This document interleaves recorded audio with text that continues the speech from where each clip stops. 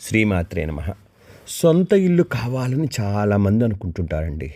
దానికి ఒక చిన్న చిట్కా చెప్తానండి. ఒక చిన్న వెండి కొని దాన్ని చిన్న ఇటుకలా తయారు చేయించుకోండి.